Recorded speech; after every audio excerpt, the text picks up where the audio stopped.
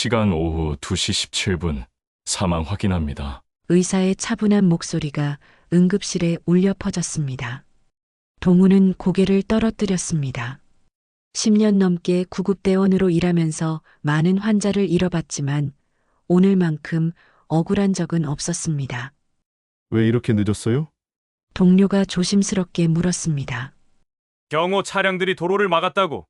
국회의원 행렬이었대. 동우는 씁쓸하게 입술을 깨물었습니다. 누군가의 편의를 위해 막힌 길이 결국 한 사람의 생명을 앗아간 것입니다. 구독, 좋아요는 영상 제작에 큰 힘이 됩니다. 서울 여의도 국회의사당 앞 광장에 아침 햇살이 내리쬐고 있었습니다. 정장 차림의 사람들이 분주히 오가는 가운데 한 남자가 당당한 걸음으로 의사당 계단을 오르고 있었습니다. 오태식 의원 58세. 세 번째 당선을 기록한 중진 의원으로 그의 이름은 정치권에서 무게감 있게 불려지고 있었습니다. 대한민국은 개혁이 필요합니다.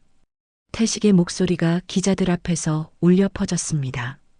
카메라 플래시가 터지는 가운데 그는 준비된 멘트를 차분하게 읽어내려갔습니다. 권위 있는 목소리, 흔들림 없는 표정.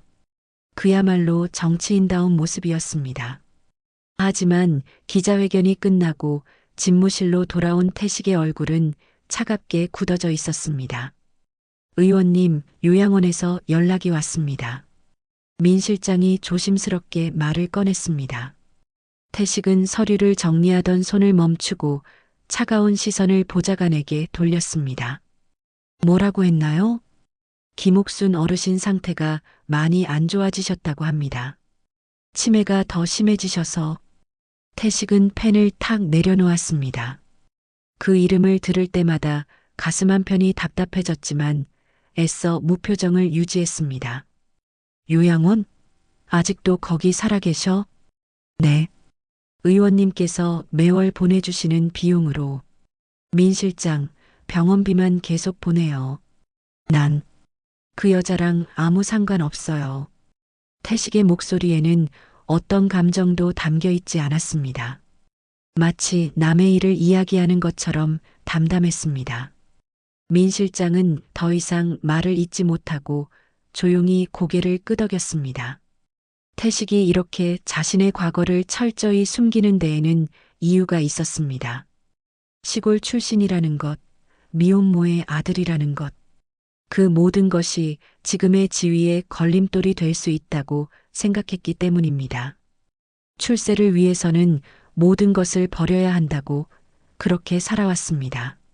한편 강원도의 작은 요양원에서는 다른 풍경이 펼쳐지고 있었습니다. 80세의 김옥순 할머니가 창가에 앉아 멍하니 바깥을 바라보고 있었습니다. 치매가 심해져서 대부분의 기억을 잃었지만 유독 한 이름만은 또렷하게 기억하고 있었습니다. 태식이, 오늘은 올란가. 옥순의 목소리는 가늘고 떨렸습니다. 매일 같은 자리에 앉아 같은 말을 반복했습니다. 간병인들도 이제는 익숙해져서 별말 없이 지나쳤습니다. 그놈은 인자나 잊었지. 옥순의 눈가에 눈물이 맺혔습니다. 치매 때문에 많은 것을 잊었지만 가슴 깊은 곳의 그리움만은 사라지지 않았습니다. 아들에 대한 그리움, 미안함, 그리고 보고 싶음. 그 모든 감정이 하나의 이름으로 압축되어 있었습니다. 요양원의 한 간병인이 옥순 곁으로 다가왔습니다. 할머니, 오늘도 태식이 기다리세요? 응. 태식이는 착한 아이거든. 분명히 올 거야. 옥수는 확신에 찬 목소리로 대답했습니다. 하지만 간병인은 씁쓸한 표정을 지었습니다. 지난 10년 동안 그 아들이라는 사람이 한 번도 직접 얼굴을 보인 적이 없다는 것을 알고 있었기 때문입니다.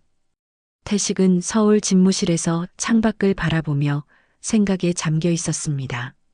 어린 시절의 기억이 가끔씩 떠올랐지만 그때마다 애써 지워버렸습니다. 정치인 오태식에게 그런 과거는 존재하지 않았습니다. 존재해서도 안 되었습니다. 의원님, 내일 일정 확인해 드릴까요? 민 실장이 다시 문을 두드렸습니다. 태식은 고개를 끄덕이며 현실로 돌아왔습니다. 그렇게 하루가 또 지나갔습니다. 서울과 강원도 두 곳에서 같은 이름을 떠올리며 보낸 하루였습니다. 강원도 요양원의 새벽 6시 간병인 이순자 씨가 평소와 같이 김옥순 할머니의 방을 들여다보았습니다. 그런데 뭔가 이상했습니다. 옥순이 침대에서 가쁜 숨을 몰아쉬고 있었고 얼굴빛이 평소보다 창백해 보였습니다. 할머니, 괜찮으세요? 순자가 급히 다가가서 옥순의 이마에 손을 대어 보니 열이 심하게 나고 있었습니다. 옥순은 눈을 뜨려고 애썼지만 제대로 의식이 없는 상태였습니다. 태식이 어디 갔어? 옥순이 중얼거리는 소리가 들렸지만 호흡은 점점 더 거칠어지고 있었습니다. 순자는 서둘러 요양원 원장에게 연락을 취했습니다. 원장님, 김옥순 할머니 상태가 심각합니다. 호흡곤란 증세를 보이고 계세요. 원장은 즉시 119에 신고했습니다. 오전 7시 20분 강원도 춘천 소방서에 응급환자 신고가 접수되었습니다. 하지만 그날은 특별한 날이었습니다. 서울에서 대규모 국정감사 관련 포럼이 열리는 날이었고 주요 정치인들의 이동이 집중되는 시간대였습니다. 서울 강북소방서 구급대원 장동우가 출근 준비를 하고 있었습니다. 34세의 동우는 10년 넘게 구급대원으로 일해왔습니다. 무표정해 보이지만 누구보다 환자를 소중히 여기는 마음을 가지고 있었습니다. 동우에게는 특별한 사연이 있었습니다. 어릴 때 버려져서 여러 시설을 전전하며 자란 그였지만 사람을 살리는 일에서 보람을 찾았습니다. 동우야, 강원도 춘천 쪽으로 응급환자 이송 요청이 들어왔어. 선배 구급대원이 상황을 전달했습니다. 동우는 환자 정보를 확인하며 장비를 점검했습니다. 치매 말기 어르신이래. 호흡곤란으로 의식 잃으셨대. 상태 심각해 보이니까 시간 안 끌어야 돼. 동우는 진지한 표정으로 고개를 끄덕였습니다. 그는 환자 명단을 읽어보던 중 문득 한 이름에서 멈췄습니다. 옥순. 어디서 들어본 이름인데. 하지만 곧 고개를 저었습니다. 흔한 이름이니까 착각일 거라고 생각했습니다. 동우는 서둘러 구급차에 올라탔습니다. 그때 시각은 오전 8시 30분이었습니다. 한편 서울 여의도에서는 국정감사 관련 포럼이 한창 준비되고 있었습니다. 주요 정치인들의 차량이 줄을 이어 도착하고 있었고 경호 차량들이 주요 도로를 통제하고 있었습니다. 오태식 의원의 전용 차량도 그 행렬 중 하나였습니다. 의원님, 오늘 포럼에서 주요 발언을 맡으시니까 준비 잘 하셔야겠습니다. 민 실장이 차 안에서 일정을 브리핑했습니다. 태식은 준비된 원고를 검토하며 고개를 끄덕였습니다. 그에게는 오늘이 정치적으로 중요한 날이었습니다. 경호 차량들이 도로를 완전히 통제하고 있죠? 네, 완벽합니다. 중앙 차선까지 확보해서 일정에 차질이 없을 겁니다. 그 시각 동우의 구급차는 서울 시내 진입을 앞두고 있었습니다. 평소라면 40분이면 도착할 수 있는 거리였지만 그날은 달랐습니다. 주요 도로마다 경찰 차량들이 통제를 하고 있었고 구급차마저 쉽게 지나갈 수 없었습니다. 아, 왜 이렇게 막혀? 동우는 초조해하며 사이렌을 울렸지만 앞길이 뚫리지 않았습니다. 국회의원들의 차량 행렬이 중앙 차선을 점거하고 있었고 경호 차량들이 다른 차량의 진입을 완전히 차단하고 있었습니다. 환자 상태가 위급한데 동우는 무전기를 잡고 상황실에 연락했습니다. 여기 구급차 117번, 현재 여의도 진입로에서 교통 통제로 진입이 불가능합니다. 우회로 안내 부탁드립니다. 117번, 국정감사 포럼 관련도로 통제가 오전 10시까지 계속됩니다. 우회로도 상황이 비슷합니다. 동우는 시계를 확인했습니다. 이미 30분이 넘게 지났습니다. 환자는 강원도 요양원에서 의식을 잃은 채 기다리고 있었습니다. 태식의 차량은 그때 동우의 구급차 바로 옆을 지나가고 있었습니다. 하지만 두 사람은 서로의 존재를 알지 못했습니다. 한 사람은 정치적 성공을 위해 달려가고 있었고, 다른 한 사람은 생명을 구하기 위해 애타게 기다리고 있었습니다.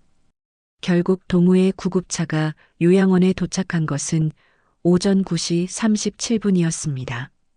평소보다 무려 27분이나 늦었습니다. 동우는 서둘러 구급차에서 내려 요양원으로 뛰어들어갔습니다. 환자는 어디 계세요? 이쪽입니다. 간병인 순자가 급히 안내했습니다. 동우가 옥순의 방에 들어섰을 때 옥순은 이미 호흡이 매우 약해진 상태였습니다. 할머니, 들리세요? 동우는 전문적으로 옥순의 상태를 확인했습니다. 맥박은 불규칙했고 혈압도 위험 수준으로 떨어져 있었습니다. 시간이 너무 많이 지나버렸습니다. 동우는 즉시 응급처치에 들어갔습니다. 산소 마스크를 씌우고 심전도를 확인했지만 김옥순의 상태는 급속도로 악화되고 있었습니다. 할머니, 저 보이세요? 괜찮을 거예요.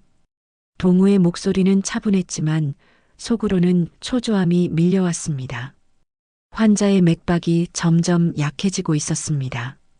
평소 같았으면 충분히 살릴 수 있는 상황이었지만 너무 많은 시간이 흘러버렸습니다.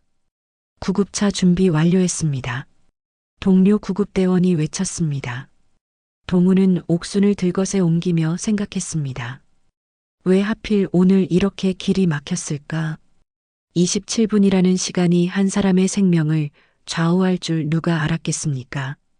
구급차 안에서 동우는 최선을 다해 응급처치를 계속했습니다. 하지만 옥순의 의식은 돌아오지 않았습니다. 중간중간 태식이 라는 희미한 중얼거림만 들릴 뿐이었습니다. 할머니, 태식이가 누구세요? 가족분이신가요? 동우가 물었지만 대답은 없었습니다. 옥수는 그저 가쁜 숨을 몰아쉬며 아들의 이름만 반복해서 불렀습니다.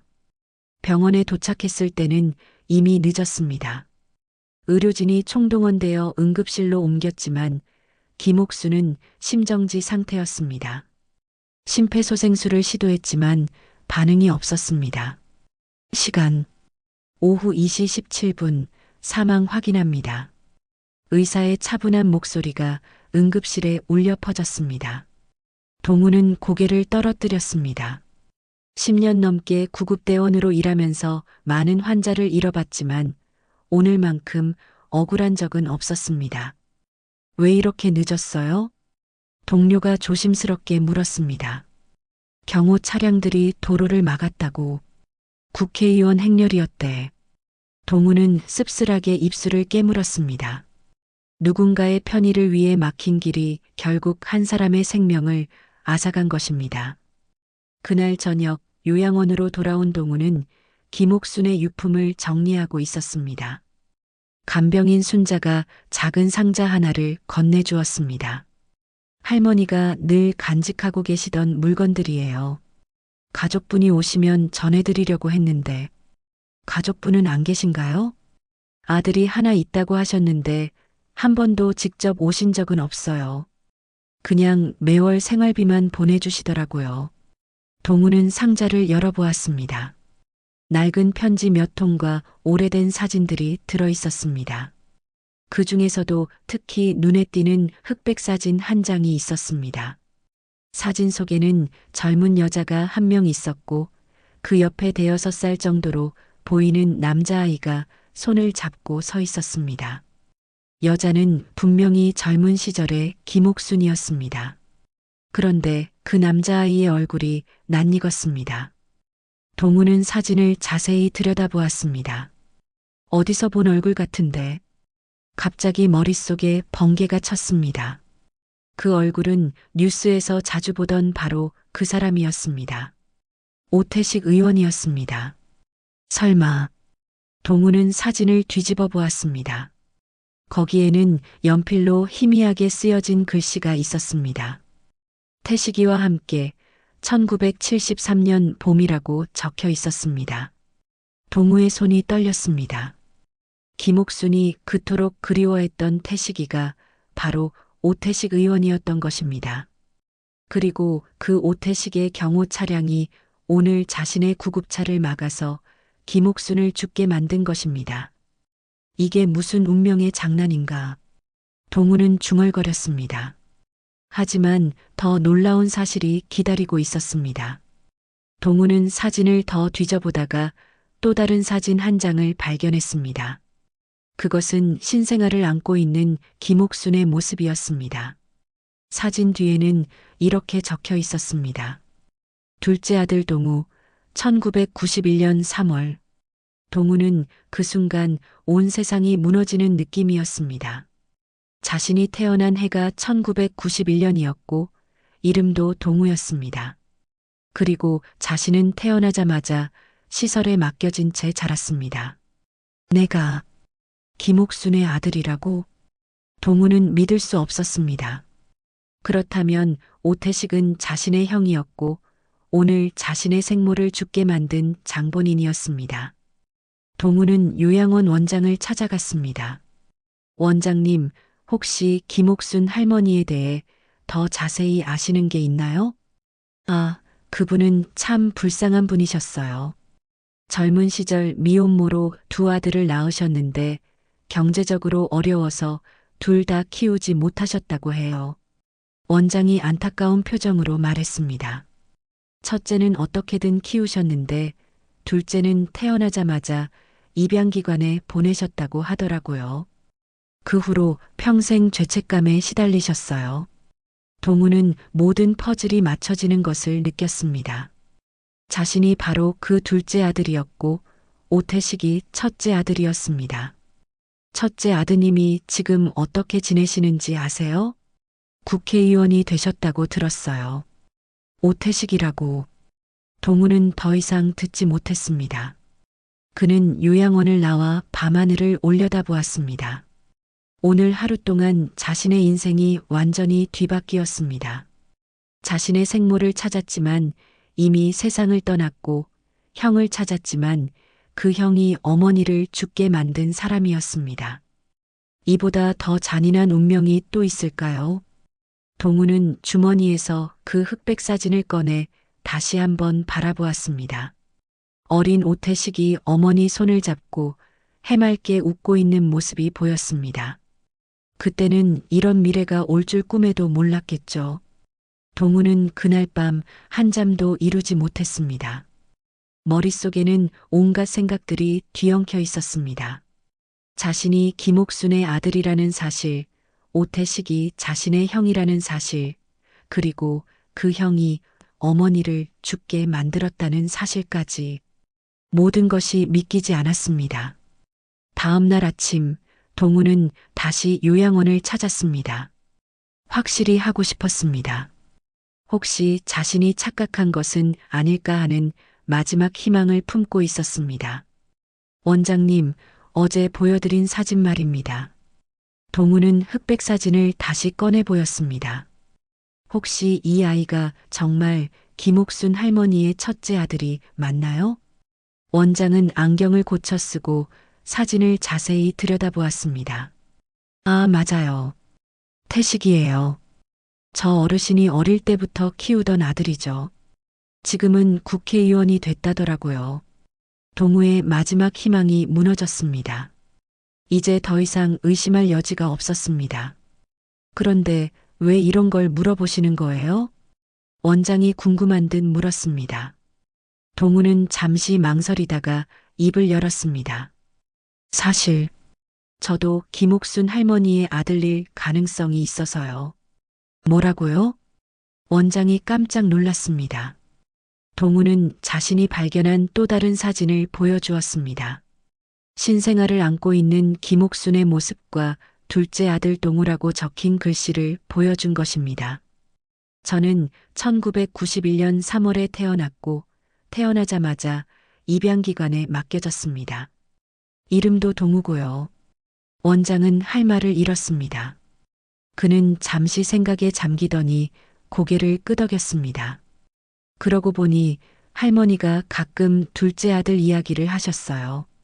경제적으로 어려워서 키우지 못하고 보냈다고, 평생 그것 때문에 죄책감에 시달렸다고 하시더라고요. 동우는 가슴이 먹먹해졌습니다.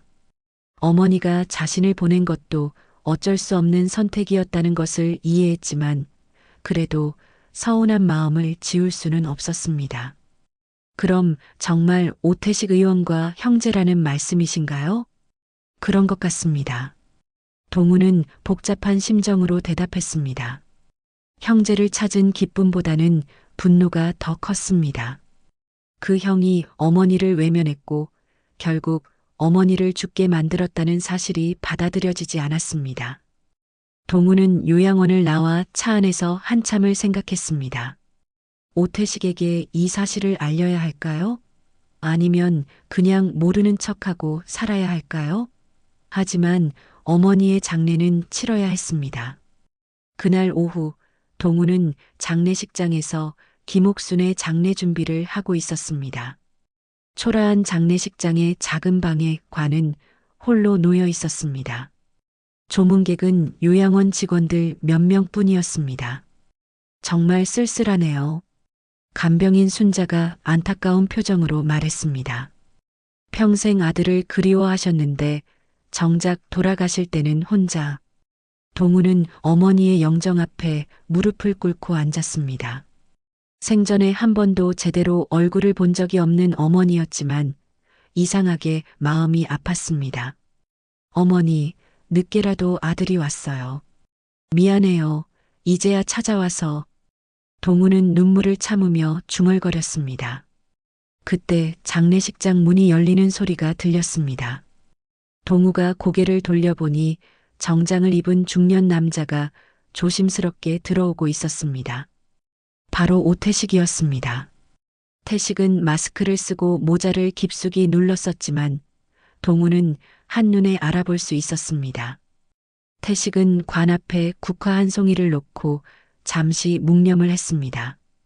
그리고는 서둘러 나가려고 했습니다. 잠깐만요. 동우가 일어서서 말했습니다. 태식은 깜짝 놀라며 뒤돌아보았습니다. 당신이 김옥순 씨의 아드님이십니까? 동우의 목소리는 차분했지만 단호했습니다. 태식은 잠시 망설이더니 고개를 끄덕였습니다. 네, 그런데 당신은 누구시죠? 저는 장동우라고 합니다. 구급대원이고요. 태식은 구급대원이라는 말에 약간 긴장한 표를 보였습니다. 혹시 어머니를 모시고 온 분이신가요? 네, 맞습니다. 그런데 의원님께 꼭 드리고 싶은 말씀이 있어서요. 동우는 태식의 눈을 똑바로 바라보며 말했습니다. 어머니의 구급차가 늦은 이유를 아십니까? 바로 당신 때문입니다. 오태식 의원님. 태식은 움찔했습니다. 그는 동우가 자신을 알아본 것에 당황했지만 이내 차가운 표정을 지었습니다. 그게 무슨 상관이지요? 저는 그분과 아무 관계 없습니다. 아무 관계 없다고요? 동우는 믿을 수 없다는 표정을 지었습니다. 30년 동안 매월 생활비를 보내주신 분이 아무 관계 없다고 말씀하시는 건가요? 태식은 할 말을 잃었습니다. 하지만 여전히 뻔뻔한 태도를 유지했습니다. 그건 그냥 인도적인 차원에서 한 일입니다. 동우는 분노가 치밀어 올랐습니다. 하지만 감정을 억누르고 유품 상자 하나를 꺼냈습니다. 이 안에 어머니가 30년 동안 품고 있던 편지가 있습니다. 당신 이름이 14번이나 나와요. 태식은 그 상자를 보고 잠시 흔들렸습니다. 하지만 이내 단호하게 고개를 저었습니다. 내 과거를 건드리지 마세요. 저는 여기까지 오르기 위해 모든 것을 버린 사람입니다. 태식은 유품 상자를 뿌리치고 돌아서려 했습니다. 그때 동우가 마지막으로 한마디 더 했습니다. 형님. 태식은 그 말에 발걸음을 멈췄습니다. 형님. 그 한마디에 태식의 온몸이 굳어졌습니다. 천천히 뒤돌아본 태식의 얼굴에는 당황스러움이 역력했습니다. 뭐라고 하셨습니까? 저는 장동우입니다. 1991년 3월에 태어났고 김옥순이 저의 생모입니다. 동우의 목소리는 떨렸지만 분명했습니다. 태식은 한 걸음 뒤로 물러섰습니다. 그게 무슨 말입니까? 증거라도 있나요? 태식은 여전히 믿으려 하지 않았습니다. 동우는 주머니에서 그 사진을 꺼내 보였습니다. 신생아를 안고 있는 김옥순의 모습과 둘째 아들 동우라고 적힌 글씨가 또렷했습니다. 이것만으로는 부족하다면 혈액형을 확인해 봐도 좋습니다. 저는 AB형입니다. 태식의 얼굴이 창백해졌습니다. 자신도 AB형이었고 어머니도 AB형이었다는 것을 알고 있었기 때문입니다. 그는 몇 걸음 더 뒤로 물러났습니다. 설령 그것이 사실이라 해도 그게 저와 무슨 상관입니까? 상관없다고요? 동우는 믿을 수 없다는 표정을 지었습니다. 형님의 경호 차량이 제 구급차를 막아서 어머니가 돌아가셨습니다. 그런데 상관없다고 말씀하시는 건가요? 태식은 잠시 말을 잃었습니다. 하지만 이내 차가운 표정을 되찾았습니다. 그건 우연의 일치일 뿐입니다. 제가 일부러 그런 것도 아니고. 우연이라고요? 동우의 목소리가 높아졌습니다. 30년 동안 어머니를 외면하고 살았으면서 이제 와서 우연이라고 말씀하시는 건가요? 장례식장이 순간 정적에 휩싸였습니다. 태식은 동우를 노려보며 말했습니다. 당신이 뭘 안다고 그런 말을 하는 거죠? 제가 얼마나 힘들게 여기까지 왔는지 알기나 해요? 힘들었다고요? 어머니는 평생 치매에 걸려서도 형님만 찾으셨는데요. 동우는 주머니에서 또 다른 편지를 꺼냈습니다. 이것은 어머니가 쓰다 만 편지입니다. 읽어보시겠습니까? 태식은 그 편지를 받으려 하지 않았습니다. 하지만 동우는 강제로 그의 손에 쥐어주었습니다. 편지에는 삐뚤삐뚤한 글씨로 이렇게 적혀 있었습니다. 태식아, 엄마가 미안하다. 너를 혼자 키우느라 동우를 보낼 수밖에 없었다. 하지만 하루도 너희 둘을 잊은 적이 없다. 특히 동우는 얼굴도 제대로 보지 못하고 보냈는데. 태식의 손이 떨렸습니다. 하지만 그는 편지를 바닥에 던져버렸습니다. 이런 감상적인 것들로 제게 죄책감을 느끼게 하려는 건가요? 죄책감이요? 동우는 허탈한 웃음을 지었습니다. 형님에게는 그런 것도 없었나 보네요. 어머니에 대한 그리움도 미안함도 없었던 거군요. 없습니다. 태식이 단호하게 말했습니다. 저는 이미 그 모든 것을 버렸습니다. 성공하기 위해서는 과거를 정리해야 했어요. 동우는 그 말을 듣고 분노가 치밀어 올랐습니다. 하지만 폭력을 쓸 수는 없었습니다. 대신 차분하게 말했습니다. 그럼 형님은 어머니가 돌아가신 것에 대해 아무런 감정도 없으신 건가요? 없습니다. 태식의 대답은 냉정했습니다. 하지만 그의 눈가에는 미묘한 떨림이 있었습니다. 그럼 저도 형님에게는 아무것도 아닌 존재겠네요. 그렇습니다. 태식은 거짓말을 했습니다. 속으로는 동우의 존재가 충격적이었지만 인정할 수 없었습니다. 자신의 정치적 지위를 생각하면 이런 과거는 묻어버려야 했습니다. 동우는 고개를 끄덕였습니다. 알겠습니다. 그럼 형님께는 마지막으로 한 가지만 부탁드릴게요. 뭡니까? 어머니 장례식에서 나가주세요. 형님 같은 분이 있으면 어머니가 편히 가시지 못할 것 같아서요. 태식은 그 말에 당황했습니다. 동우의 차분하지만 단호한 어조에 무언가 압도되는 느낌이었습니다. 좋습니다. 어차피 저도 더 이상 여기 있을 이유가 없으니까요. 태식은 돌아서서 장례식장을 나가려 했습니다.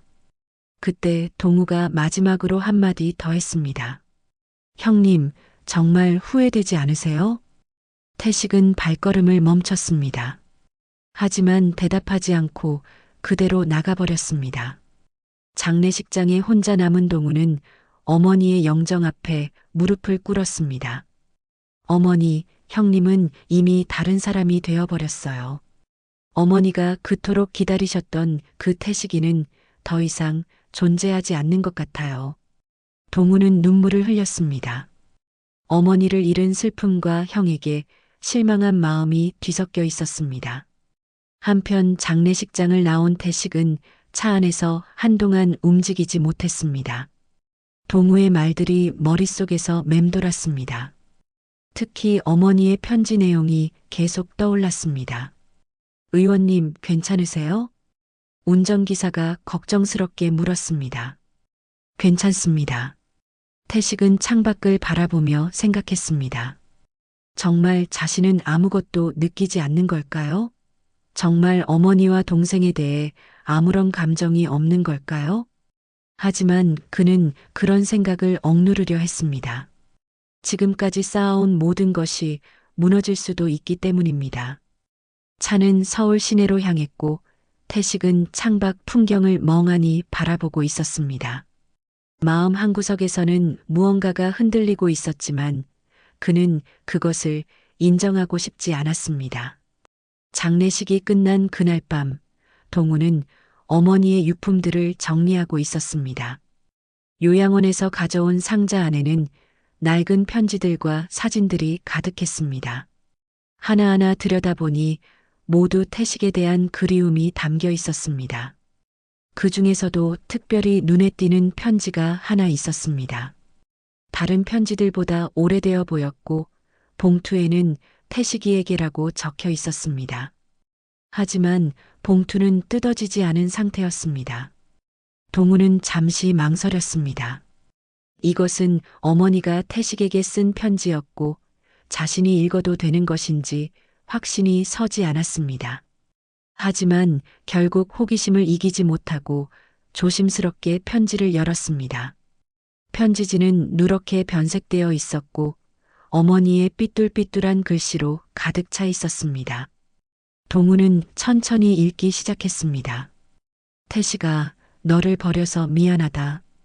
그때는 정말 어쩔 수 없었다. 혼자서 너를 키우는 것도 벅찼는데 동우까지 생기니까 도저히 감당할 수 없었다. 하지만 너를 매일 기억하며 살았다. 내 동생이 있다는 것도 말해줄 수 없어서 더 미안하다. 동우는 참 따뜻한 아이다. 나중에라도 너희 둘이 만날 수 있길 바란다. 동우는 편지를 읽으며 눈물을 참을 수 없었습니다. 어머니가 평생 품고 있었던 죄책감과 그리움이 그대로 전해져 왔습니다. 특히 자신을 따뜻한 아이라고 표현한 부분에서는 가슴이 뭉클해졌습니다. 편지는 계속 이어졌습니다. 태식아, 엄마는 너를 자랑스럽게 생각한다.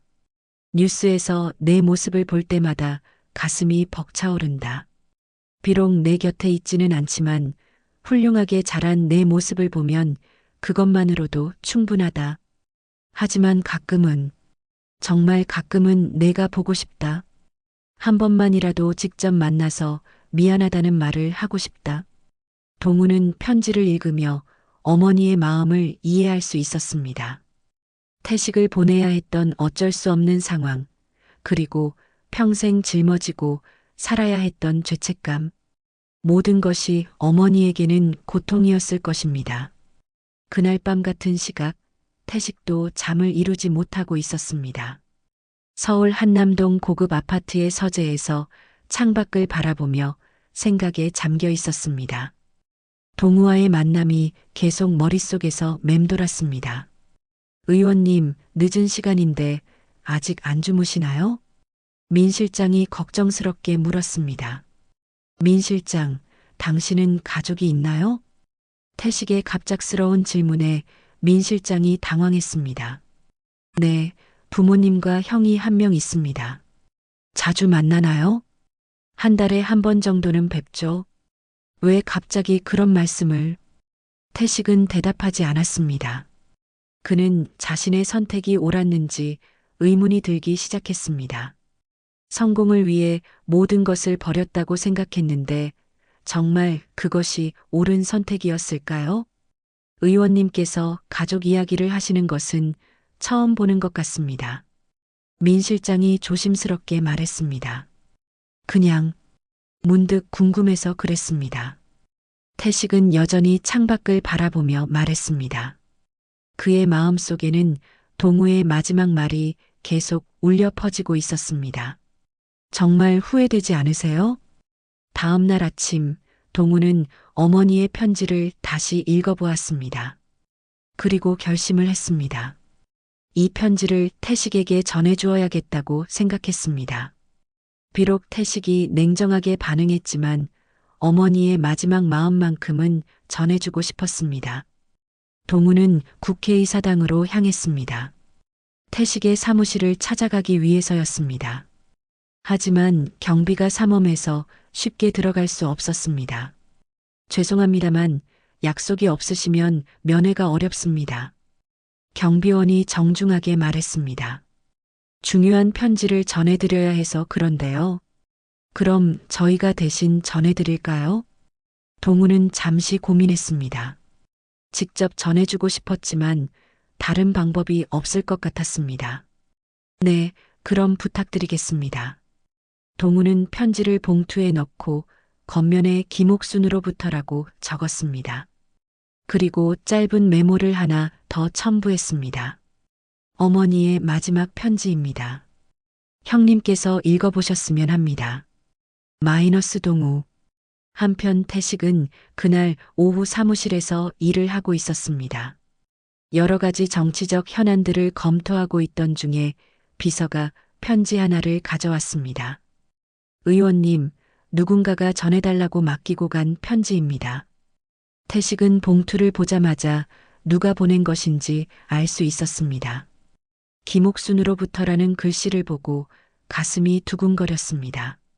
알겠습니다. 태식은 편지를 받아들고 비서를 내보냈습니다. 그리고 한동안 편지를 바라보기만 했습니다. 열어야 할지 말아야 할지 망설여졌습니다. 결국 태식은 편지를 열었습니다. 그리고 어머니의 글씨를 보자마자 어린 시절의 기억이 밀려왔습니다. 숙제를 검사해 주시던 어머니의 손, 아플 때 이마에 손을 대어 주시던 따뜻함. 모든 것이 한꺼번에 떠올랐습니다. 편지를 다 읽은 태식은 책상에 고개를 묻었습니다. 30년 동안 억눌러왔던 감정들이 한꺼번에 터져나왔습니다. 어머니에 대한 그리움, 미안함, 그리고 동생에 대한 궁금함까지. 왜? 하필 그날이었지. 어머니. 태식은 혼자 중얼거렸습니다. 그는 그동안 어머니에게 매월 돈을 보낸 것도 사실은 죄책감 때문이었다는 것을 인정할 수밖에 없었습니다. 그날 밤 태식은 오랜만에 어린 시절을 떠올렸습니다. 가난했지만 행복했던 시절, 어머니와 함께했던 소중한 시간들, 모든 것을 버렸다고 생각했지만 사실은 마음 깊은 곳에 고스란히 남아 있었습니다. 어머니의 편지를 받은 지 3일이 지났습니다. 태식은 그동안 제대로 잠을 이루지 못했습니다. 편지 내용이 계속 머릿속에서 맴돌았고 특히 너희 둘이 만날 수 있길 바란다는 구절이 가슴을 찔렀습니다. 그날 아침 태식은 평소와 다르게 일찍 사무실에 나왔습니다. 창밖을 바라보며 생각에 잠겨 있던 중에 민 실장이 들어왔습니다. 의원님, 오늘 오후 기자회견 준비는 다 되었습니다. 경제정책 관련 발표 말씀이시죠? 태식은 고개를 끄덕였지만 마음은 다른 곳에 있었습니다. 기자회견. 그런데 정작 자신이 발표해야 할 것은 경제정책이 아니라 다른 것 같았습니다. 민 실장, 기자회견 주제를 바꿨으면 합니다. 네. 갑자기 왜요? 이미 모든 준비가 끝났는데. 개인적인 이야기를 하고 싶습니다. 민 실장은 당황했습니다. 태식이 개인적인 이야기를 공개적으로 한 적은 한 번도 없었기 때문입니다. 의원님, 무슨 일이 있으신 건가요? 요즘 며칠 동안 평소와 다르신 것 같은데. 태식은 잠시 망설이다가 입을 열었습니다. 민 실장, 당신은 저를 어떤 사람이라고 생각하나요? 훌륭한 정치인이라고 생각합니다. 그리고 목표를 위해서는 무엇이든 할 수 있는 강한 분이라고요. 강한 사람. 태식은 쓴웃음을 지었습니다. 정말 그럴까요? 진짜 강한 사람이라면 자신의 과거를 숨기지 않을 텐데요. 민 실장은 태식의 말을 이해할 수 없었습니다. 하지만 뭔가 중대한 결정을 내리려는 것 같다는 느낌이 들었습니다. 오후 2시 국회 기자회견장에는 여러 언론사 기자들이 모여 있었습니다. 모두들 경제정책 발표를 기대하고 있었습니다. 하지만 태식이 단상에 서자 분위기가 조금 이상했습니다. 태식은 준비된 원고를 옆으로 밀어두고 마이크 앞에 섰습니다. 민 실장은 뒤에서 불안한 표정으로 지켜보고 있었습니다. 여러분, 오늘 제가 이 자리에 선 것은 경제 정책을 발표하기 위해서가 아닙니다. 기자들 사이에서 웅성거림이 일었습니다. 예상과 다른 시작이었습니다. 오늘 한 사람의 죽음 앞에 제가 드릴 말씀이 있습니다. 태식의 목소리는 떨렸지만 분명했습니다. 며칠 전 김옥순이라는 80세 할머니가 돌아가셨습니다. 그분은 제 생모였습니다. 장내가 술렁이기 시작했습니다. 기자들은 급히 메모를 하기 시작했고 카메라 플래시가 터지기 시작했습니다. 저는 지금까지 제 출신을 숨기고 살아왔습니다. 시골 출신이라는 것, 미혼모의 아들이라는 것이 정치적으로 불리할 것이라고 생각했기 때문입니다. 민 실장은 뒤에서 식은땀을 흘리고 있었습니다. 이런 폭탄 발언을 할 줄은 꿈에도 몰랐습니다. 하지만 그 과정에서 저는 가장 소중한 것을 잃어버렸습니다.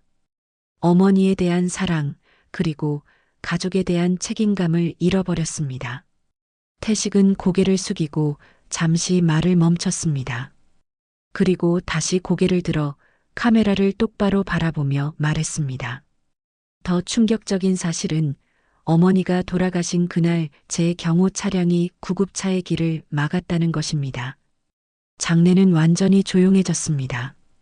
모든 기자들이 태식의 말에 집중하고 있었습니다.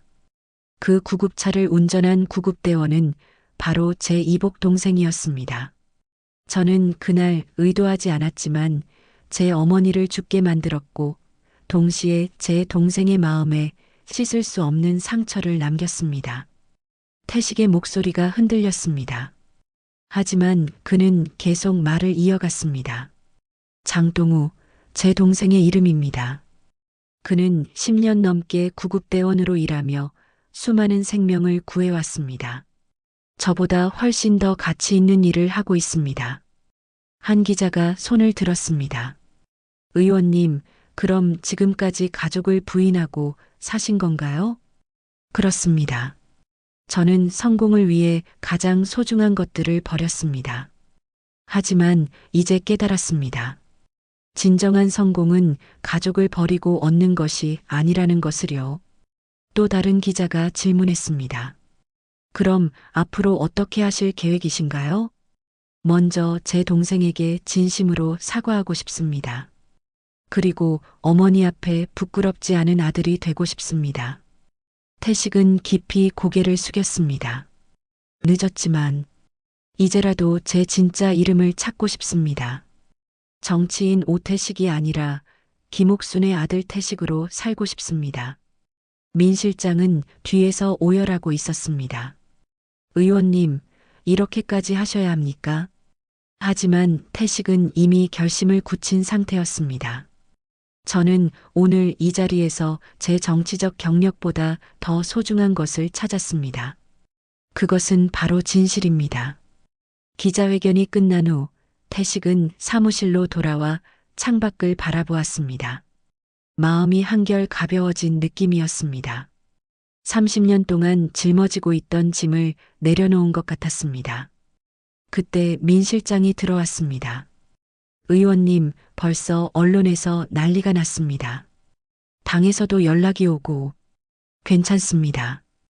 예상했던 일이에요. 태식은 평온한 표정으로 말했습니다. 하지만 의원님의 정치적 미래가 민 실장, 정치적 미래보다 더 중요한 게 있다는 걸 이제야 깨달았습니다. 태식은 책상 서랍에서 어머니의 편지를 꺼내 다시 한번 읽어보았습니다. 그리고 동우에게 전화를 걸었습니다. 전화를 받은 동우는 놀란 목소리로 말했습니다. 형님, 기자회견 받습니다. 동우야, 만날 수 있을까? 형이 너에게 하고 싶은 말이 있어. 동우는 잠시 침묵했습니다. 그리고 조용히 대답했습니다. 네, 형님. 어머니가 묻힌 곳에서 만나요. 기자회견이 있은 지 사흘이 지난 토요일 오후 강원도의 작은 강가에는 두 남자가 서 있었습니다. 김옥순의 유골을 뿌리기로 한 그곳이었습니다. 동우가 먼저 도착해서 강물을 바라보며 어머니를 생각하고 있었습니다. 어머니, 오늘은 형님이 정말 올까요? 동우는 혼자 중얼거렸습니다. 기자회견을 보고 놀라기는 했지만 여전히 태식을 완전히 믿을 수는 없었습니다. 너무 오랫동안 상처받았기 때문입니다. 그때 뒤에서 발걸음 소리가 들렸습니다. 동우가 돌아보니 태식이 조용히 다가오고 있었습니다. 평소의 정장 대신 편안한 캐주얼 옷을 입고 있었고 손에는 하얀 국화한 다발을 들고 있었습니다. 동우야, 기다렸지? 태식의 목소리는 예전과 달랐습니다. 권위적이고 차가웠던 목소리가 아니라 따뜻하고 조심스러운 목소리였습니다. 형님, 동우는 복잡한 심정으로 태식을 바라보았습니다. 분명히 같은 사람인데 왠지 다른 사람 같아 보였습니다. 먼저 사과하고 싶어. 지난번에 너에게 너무 차가웠던 것, 어머니를 외면했던 것, 모든 게 내 잘못이었어. 태식은 진심 어린 목소리로 말했습니다. 동우는 그 말을 듣고 눈물이 핑 돌았습니다. 형님이 그렇게 말씀해 주시니 저도 모르겠어요. 화를 내야 할지 기뻐해야 할지. 화내도 돼. 너에게는 그럴 권리가 있어. 태식이 말했습니다. 그는 강가에 무릎을 꿇고 앉았습니다. 어머니, 늦었지만 태식이가 왔어요. 그리고 동우도 함께 있어요. 태식은 어머니에게 말하듯 중얼거렸습니다. 동우도 그 옆에 앉았습니다. 어머니께서 가장 바라셨던 일이 이루어졌네요. 동우가 조용히 말했습니다. 어머니 편지 읽었어. 너에 대한 이야기도 많이 나오더라. 어떤 이야기요? 따뜻한 아이라고 하셨어. 그리고 우리 둘이 만나기를 바라신다고. 태식은 주머니에서 그 편지를 꺼내 보였습니다. 이 편지를 읽고 나서야 깨달았어. 내가 얼마나 잘못 살았는지를. 형님, 동우야, 너는 어떻게 구급대원이 되었어? 태식이 궁금한 듯 물었습니다. 어릴 때부터 여러 시설을 전전했거든요. 그러다 보니 자연스럽게 도움이 필요한 사람들을 보게 되었고, 사람을 살리는 일을 하고 싶어졌어요. 대단해. 나보다 훨씬 의미 있는 일을 하고 있구나. 태식은 진심으로 동생을 대견해했습니다. 그런데 형님은 왜 정치를 시작하게 되었어요? 처음에는 세상을 바꾸고 싶다는 생각이었어.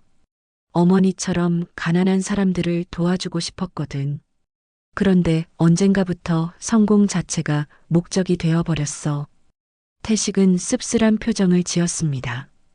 어머니를 부끄럽게 한 게 가장 후회돼. 두 사람은 한동안 조용히 강물을 바라보며 앉아 있었습니다. 30년 만에 만난 형제였지만 이상하게 어색하지 않았습니다. 형님, 기자회견 때문에 많이 힘드시죠? 동우가 걱정스럽게 물었습니다. 당에서는 사실상 출당하라는 압력을 주고 있어. 하지만 괜찮아. 이미 각오했던 일이야. 앞으로 어떻게 하실 거예요? 일단 정치는 그만둘 생각이야. 그리고 정말 의미 있는 일을 찾아보려고. 태식은 동우를 바라보며 말했습니다. 너처럼 사람을 돕는 일 말이야. 형님도 그런 일을 하고 싶으시다고요? 응. 어머니가 바라셨던 그런 아들이 되고 싶어. 그때 동우가 어머니의 유골이 담긴 상자를 꺼냈습니다. 어머니, 이제 정말 편히 쉬세요. 태식이 형님도 동우도 이제 함께 할 거예요. 동우가 말하자 태식도 고개를 끄덕였습니다. 어머니, 미안했어요. 이제부터는 형다운 형이 될게요. 두 사람은 함께 어머니의 유골을 강물에 뿌렸습니다. 하얀 재가 강물과 함께 흘러가며 하늘로 올라가는 것 같았습니다. 형님, 응? 이제 진짜 형제가 된 기분이에요. 동우의 말에 태식이 미소를 지었습니다. 나도야. 너 같은 동생이 있다는 게 자랑스러워. 그럼 앞으로 가끔 만날 수 있을까요? 가끔이 아니라 자주 만나자. 30년을 놓쳤는데 이제부터라도 제대로 된 형제로 살아보자. 태식이 동우의 어깨에 손을 올렸습니다. 그런데 형님, 한 가지 약속해 주세요. 뭐든지 말해봐. 다시는 길을 막지 마세요. 누구의 길도요. 동우의 말에 태식이 웃었습니다. 약속할게. 이제부터는 길을 막는 게 아니라 길을 열어주는 사람이 될게. 해가 서서히 지고 있었습니다. 강가에는 형제 두 사람만 남아 있었고 어머니의 마지막 모습은 강물과 함께 흘러가고 있었습니다. 형님, 배고프지 않으세요? 근처에 작은 식당이 하나 있어요. 그래, 가자. 오랜만에 동생과 밥 한 끼 하고 싶어? 두 사람은 나란히 걸어가기 시작했습니다. 30년 만에 찾은 가족이었지만 이제는 서로의 길을 막는 것이 아니라 함께 걸어갈 수 있는 사이가 되었습니다. 강물은 여전히 흘러가고 있었고 하늘에는 별들이 하나둘씩 떠오르기 시작했습니다. 어머니도 저 하늘 어딘가에서 두 아들을 지켜보며 미소 짓고 있을 것입니다.